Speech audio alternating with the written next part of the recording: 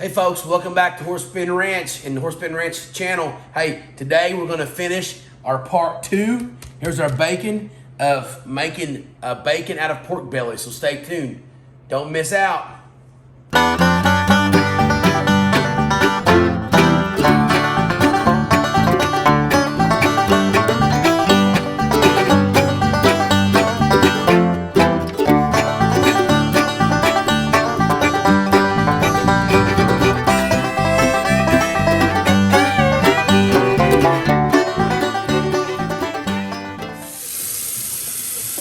So we are rinsing off this first one. Got it out of the bag. And rinsing it off real good, as you can see. Getting all the salt and even some of the peppers coming off. That's okay. So it's really a lot stiffer. It's shrunk quite a bit. All right.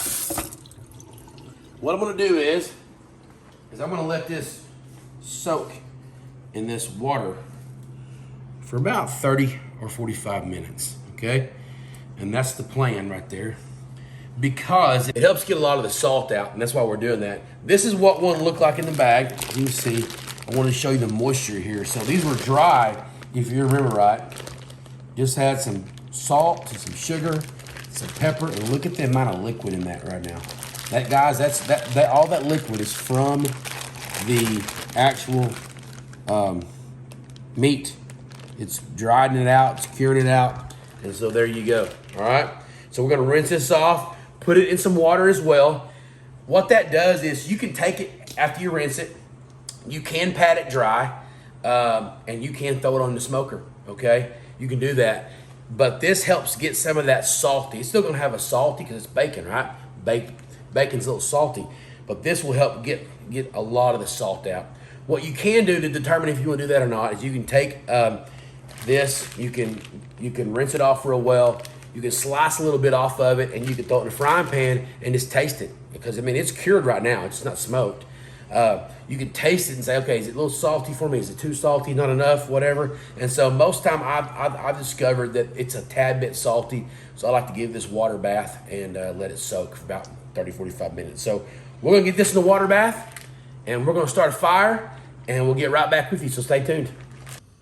Okay, guys, we got them dried off real good, patted dry. Got the smoker going. I'll fire up some more with some good hickory in a minute. Notice, I'm kind of old school, so I don't clean my smoker a whole lot. Some of you might, I think it kind of gives it character. So I put my bacon on these extra little racks here. That way it's not on this char stuff where I throw my pork butts and my briskets and all that stuff on, okay? So I'm gonna go ahead and get a little pepper on this. I like peppered bacon. You don't gotta do this step. I'm just gonna kind of get this pepper on there. This is thick restaurant bacon, pepper. So I'm just gonna do that a little bit right there. I wanna slide this baby here on this far one. Same thing with this one right here. Right here. All right, that's it. So what we're gonna do now, we're gonna make sure that we keep this around 180, 200 degrees, somewhere in there. We're gonna bring this temperature up, maybe 225. We're gonna bring the temperature up to 160 in these, no more than 160, 155, 160. And this is a hot smoke method. You can do a cold smoke method. I've never done that, to be honest with you. I like this way. Not say I would never do the other method. So that's all you're doing. It's a slow smoke, about 2 or 3 hours, and we'll come and check them, and then we'll go from there. So you guys stay tuned. So real quick tip for you. We got a torch. We got some small oak, and we're starting this fire with a torch and small oak. You can see it right there.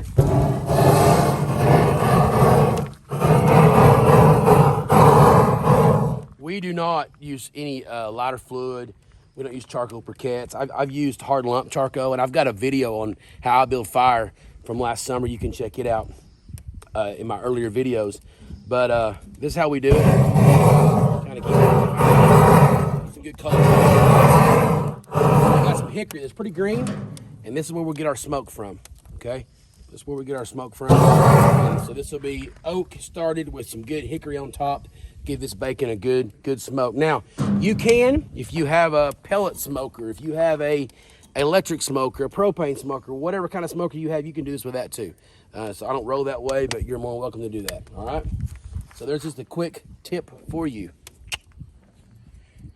Okay, guys, we're gonna show you kind of midway through. We are at, what does it say we're at there, cameraman? We are at 120. So you can see the bacon starting to look good, starting to get that smoky look on it. Look at that, man, that looks awesome. Starting to render some little bit more fat. See right here, starting to look like bacon over here. Look at that, oh yeah. So we'll shut this down. We're gonna throw some more hickory on the fire. Put my thermometer out here. Some hickory on the fire. We've been smoking right at 210, okay? So we'll be back at you, we'll be done with this. Okay guys, we are done. Here it is right here. I told you wrong a while ago, I don't know why I was thinking 160. 150 is the internal temp that you wanna get on your bacon, and we're right there at it. So there it is right there. But listen, we're not gonna slice it yet. So I'll come back tomorrow. For you guys, it'll just be a split second here in just a minute. But I wanna stop the video right now because we're gonna let this set overnight in the refrigerator. I'll let it cool on the counter for a couple hours, put it in the refrigerator, and then we'll slice it tomorrow.